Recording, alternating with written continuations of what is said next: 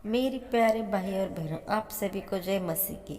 आप सभी का स्वागत है हमारे इस चैनल पे।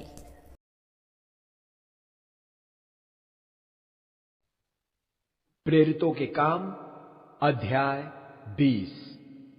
नगर में कोलाहल शांत होने पर पौलुस ने शिष्यों को बुलवाया, उनको प्रोत्साहित किया और उनसे विदा लेकर मकेदोनिया प्रदेश की ओर रवाना हुआ। वह उन सभी क्षेत्रों में से होते हुए वहां शिष्यों का उत्साह बढ़ाते हुए यूनान देश जा पहुंचे। वह वहां 3 महीने तक कार्य करते रहे, किंतु जब वह सीरिया प्रदेश की यात्रा प्रारंभ करने पर थे, उन्हें यह सूचना प्राप्त हुई कि यहूदी उनके विरुद्ध षड्यंत्र रच रहे हैं। तो उन्होंने मकेदोनिया प्रदेश से होते हुए लौट जाने का निश्चय किया। इस यात्रा में बेरोयावासी पायरूस के पुत्र सोपेतर, थेस्सालोनिकेयुस नगर के अरिस्तार्खास, सेकुंदुस, दर्बे से गायोस, तिमोथियोस तथा आसिया प्रदेश से तुखिकस व त्रोफिमस हमारे साथी यात्री थे। ये साथी यात्री हमसे आगे चले गए और त्रोआस नगर पहुंचकर हमारा इंतजार करते रहे, किंतु हमने अख़मीरी रोटी के उत्सव के बाद ही फिलिप्पौस नगर से जल मार्ग द्वारा यात्रा शुरू की। 5 दिन में हम त्रोआस नगर पहुंचे और अपने साथियों से मिले। वहां हम 7 दिन रहे। सप्ताह के पहले दिन हम रोटी तोड़ने के लिए इकट्ठा हुए। पौलुस ने वहां प्रवचन देना प्रारंभ कर दिया, जो मध्य रात तक चलता गया, क्योंकि उनकी योजना अगले दिन यात्रा प्रारंभ करने की थी। उस ऊपरी कक्ष में जहां सब इकट्ठा हुए थे, अनेक दीपक जल रहे थे। यूतिकुस नामक एक युवक खिड़की पर बैठा हुआ झपकियां ले रहा था। पौलुस प्रवचन करते चले गए और उसे गहरी नींद आ गई। वह तीसरे तल से भूमि पर जा गिरा और उसकी मृत्यु हो गई। पौलुस नीचे गए, उसके पास जाकर उससे लिपट गए और कहा, घबराओ मत, यह जीवित है।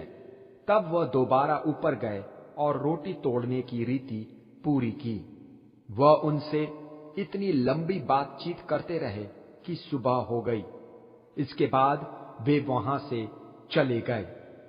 उस युवक को वहां से जीवित ले जाते हुए उन सब के हर्ष की कोई सीमा न थी। हम जलयान पर सवार हो अस्सेस नगर की ओर आगे बढ़े, जहां से हमें पौलुस को साथ लेकर आगे बढ़ना था। पौलुस वहां थल मार्ग से पहुंचे थे, क्योंकि यह उन्हीं की पहले से ठहराई योजना थी।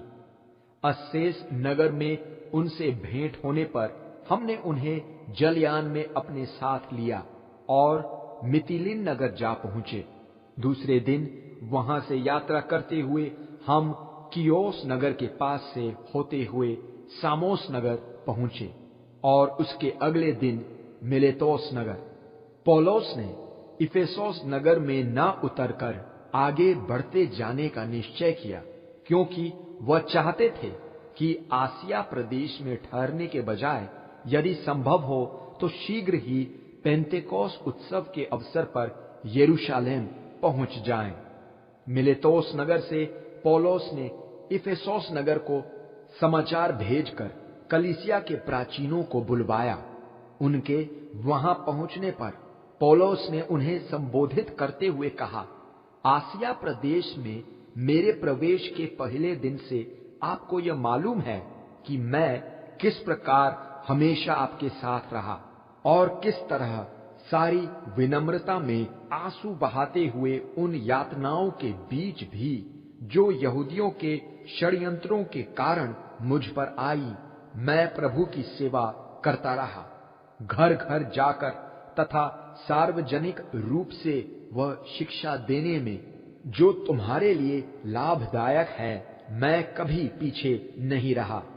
मैं यहूदियों और यूनानियों से पूरी सच्चाई में पश्चाताप के द्वारा परमेश्वर की ओर मन फिराने तथा हमारे प्रभु मसीह यीशु में विश्वास की विनती करता रहा हूं। अब पवित्र आत्मा की प्रेरणा में मैं यरूशलेम जा रहा हूं। वहां मेरे साथ क्या होगा इससे मैं अनजान हूं। बजाय इसके कि हर एक नगर में पवित्र आत्मा मुझे सावधान करते रहते हैं कि मेरे लिए बेड़ियां और यातनाएं तैयार हैं। अपने जीवन से मुझे कोई मोह नहीं है, सिवाय इसके कि मैं अपनी इस दौड़ को पूरा करूं तथा उस सेवा कार्य को जो प्रभु मसीह यीशु द्वारा मुझे सौंपा गया है, पूरी सच्चाई में परमेश्वर के अनुग्रह के ईश्वरीय सुसमाचार के प्रचार की। अब यह भी सुनो, मैं जानता हूं कि तुम सभी जिनके बीच मैंने राज्य का प्रचार किया है, अब मेरा मुख कभी न देख सकोगे। इसलिए आज मैं तुम सब पर यह स्पष्ट कर रहा हूं कि मैं किसी के भी विनाश का दोषी नहीं हूं।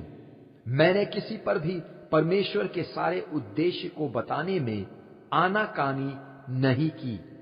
तुम लोग अपना ध्यान रखो तथा उस समूह का भी जिसका रखवाला तुम्हें पवित्र आत्मा ने चुना है कि तुम परमेश्वर की कलीसिया की देखभाल करो, जिसे उन्होंने स्वयं अपना लहू देकर मोल लिया है।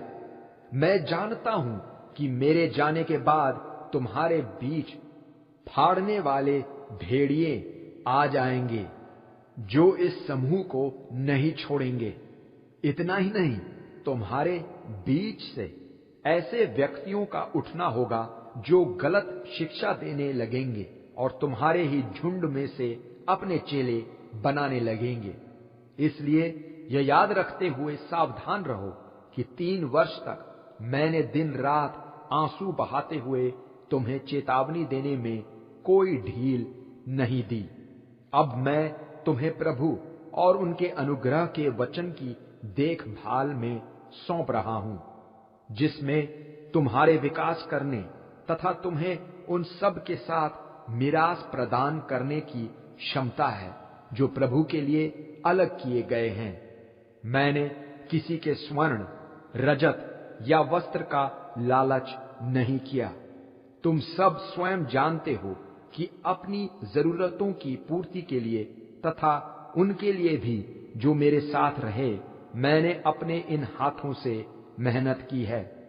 हर एक परिस्थिति में मैंने तुम्हारे सामने यही आदर्श प्रस्तुत किया है कि यह जरूरी है कि हम दुर्बलों की सहायता इसी रीति से कठिन परिश्रम के द्वारा करें। स्वयं प्रभु यीशु द्वारा कहे गए ये शब्द याद रखो, लेने के बजाय देना धन्य है। जब पौलुस यह कह चुके, उन्होंने घुटने टेक कर उन सब के साथ प्रार्थना की। तब शिष्य रोने लगे और पौलुस से गले लगकर उन्हें बार बार चूमने लगे। उनकी पीड़ा का सबसे बड़ा कारण यह था कि पौलुस ने कह दिया था कि अब वे उन्हें कभी न देख सकेंगे। इसके बाद वे सब पौलुस के साथ जलयान तक गए।